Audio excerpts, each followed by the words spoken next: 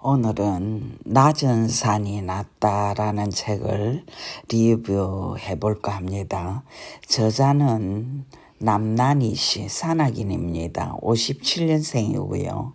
처녀의 몸으로 겨울철의 백두대간을 혼자서 종주했을 때가 27세. 2년 뒤인 29의 여성으로서는 세계 최초로 히말라야 강가 푸르나봉에 올랐지요. 30대 중반이 되어서야 당시로서는 늦은 결혼을 했고 곧바로 아기를 낳았으며 남편 따라서 지리산으로 내려갔습니다. 남난희 씨는 76일 동안 혼자서 태백산맥을 종주한 후 하얀 능선의 서면이라는 책을 냈는데요. 책을 읽은 남편이 서울로 올라와 그녀랑 대화를 나누어 보고 곧바로 프로포즈를 했다고 합니다. 마치 무엇에 헐린 듯 식을 올린 그녀는 남편 따라 지리산 청학동으로 갔다니 인연이란 건 참으로 묘하고 불가사의한 것일지도 모릅니다. 갑작스러운 결혼 이후로 산악인으로서의 정해진 길을 버리고 자연인이 된 그녀는 그러나 남편과는 잘 맞지 않았나 봅니다. 서로에게 낯설어하며 못 견뎌야 하던 부부는 결국 결혼 2년 반 만에 이혼을 했는데요.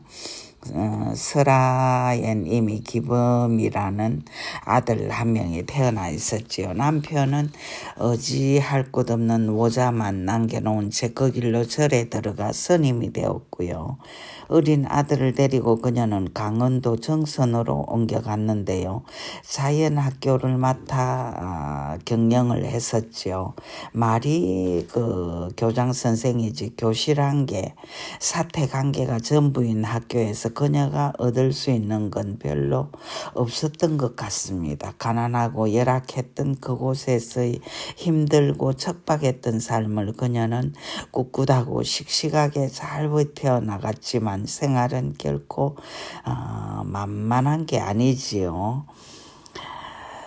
산악인으로 살아볼 수 있을 만큼 체력이 강하고 씩씩한 그녀였지만 울고 주저앉기를 여러 번 태풍까지 만나는 바람에 그녀는 절망했지요. 걷잡을 수 없는 비바람에 학교의 지붕이 날아가고 씩씩하게 버틴다는 것에도 한계가 오게 되었습니다.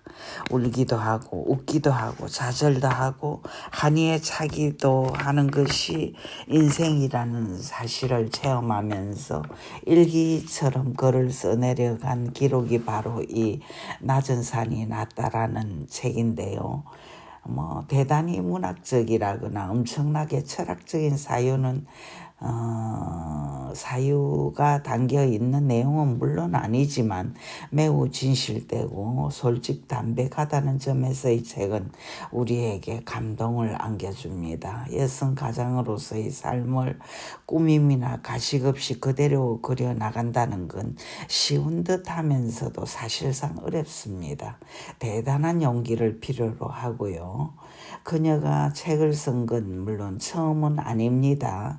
하얀 능선의 서면을 출판하고 나서 오래 후에 이제 낮은 산이 낫다라는 이 책을 낸 이후에도 그녀는 여러 권의 책을 또 냈습니다. 정선 자연학교에서 지붕이 날아가는 고초를 겪으면서 결국 이사를 결심하는 그녀. 절에 있었던 아기의 아버지는 어려운 처지에 빠진 모자를 위해 발벗고 나섰던 것 같습니다. 지리산 하계면이라는 곳의 오래된 한토집을 알아봐 줍니다. 원래 사람도 그렇지만 집이란 것도 인연이 있어야 만나게 되지요. 마당에 볕이 한가득 쏟아지는 남양집. 마을은 그 집에서 적당히 떨어져 있었어 더욱 한가롭고 멀리 보이는 산 등성이며 주위엔 평화로운 들판이 이어지는 곳. 대문 하나만 닫으면 맨발로 돌아다니고 옷 벗고 모욕을 해도 누구의 시선도 느낄 필요가 없는 그런 곳. 남난이 씨는 첫눈에 그 집을 보면서 내 집이구나 느꼈다고 합니다. 집안엔 작은 동굴까지 있고 그 앞엔 24시간 펑펑펑 물이 솟아오르는 옹달샘까지 있어서 그 집을 그녀는 순식간에 계약하고 집수리에 들어갔습니다. 그리고 그곳의 생활에 행복해하며 적응해 나가는데요. 아들 기범이는 마당을 맨발로 뛰어다니고 벌거벗고 뒹굴며 새소리 벌레 소리에 귀를 기울이며 티 없이 자랐다고 합니다. 근방의 초등학교로 옮긴 아이가 자라는 동안 그녀는 호구지책의 하나로 매주를 쑤어 된장 판매를 해왔던 일을 다시 시작하고 지리산의 물과 햇볕으로 만들어진 된장은 또 얼마나 맛이 있었을까요? 그녀는 된장 판매뿐 아니라 녹차잎까지 직접 만져서 차를 만들어 판매하며 마음의 평화를 얻으면서 살았던 것 같습니다. 욕심과 거짓을 버리고 만든 음식은 먹는 이로 하여금 행복하게 하죠. 그녀는 그래서 먹고 살 만큼의 수입을 얻으면서 시간 나면 근방의 지리산에 오르고 나무를 뜯고 장아찌로 담으면서 행복해합니다. 별로 말이 없는데다 곁에 사람이 없어서 더욱 말수가 준 그녀는 언제부터인가 나의 삶은 아무것도 가지고 싶은 것이 없고 아무런 것도 바라는 것이 없고 아무것도 기다리지 않고 아무것도 궁금하지 않다. 또 어느 곳에도 가고 싶지 않고 만나고 싶은 사람도 없게 되었다. 물기가 다 빠진 풀처럼 가벼운 마음이다. 참 좋다라고 고백하기도 합니다. 이미 수행자의 경지에 오른 것일까요? 아니면 욕심을 모두 비워버린 마음이 마침내 찾아온 안식과 평화의 경지에 도달한 것일까요? 남편이 세상 만사의 실정과 허물을 느끼며 부처님 세계로 가버린 것처럼 그녀 역시 오랜 산악 생활로 인해 매사에 초연해진 상태가 되어버린 것인지도 모른다고 저는 생각해 봅니다.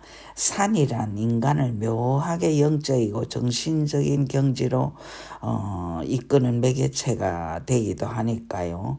새 소리, 물소리, 짐승 소리를 들으며 그녀가 누리는 기쁨과 평강은 다른 사람이 감히 상상조차 할 수 없는 경지에 이른 것인지도 모르겠습니다. 그녀는 자신이 가장 편안해하고 좋아하는 길로 완연하게 접어들어 있음이 글 곳곳에 나타나고 합니다. 그런 그녀에 대해서 얼마 전 저는 청천벽력 같은 소식을 전해 들었습니다. 애지중지하며 사랑을 쏟았던 외아들 기범이 오래전에 죽었다는 소식인데요. 교통사고라고 하네요. 선해 보였던 그 소중한 아들이 죽은 지도 벌써 10여년의 세월이 흘렀다고 해 더 놀랐습니다. 지금까지는 그 아들의 이름을 올리기조차 힘들었다고 합니다. 7년 동안은 날마다 방 안에 앉아 대성통곡을 하면서 밤이면 울면서 시간을 보냈다고 고백한 그녀는 아무 일도 제대로 못했지만 산행은 끊임없이 계속했다고 말합니다. 말이 그렇지. 자식을 잃고 나서 그녀가 겪어왔고 겪고 있는 고통을 어찌 이루 형용할 수 있을까요?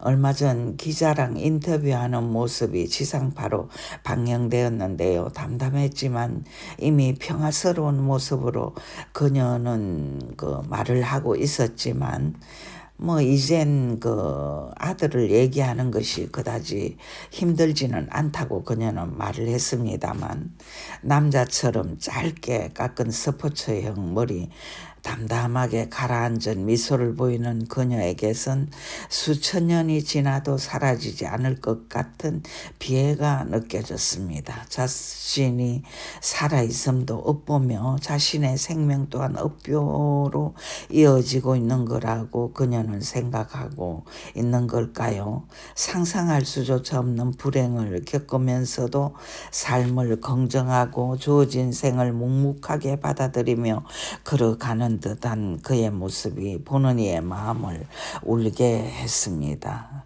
남난이 유난스럽게 혹독한 삶의 여정을 지금은 오직 걷는 것으로 채우고 있는 듯한 그녀의 모습이 내겐 더없이 아프게 느껴졌습니다. 오늘은 여기까지 합니다. 시청 감사드립니다.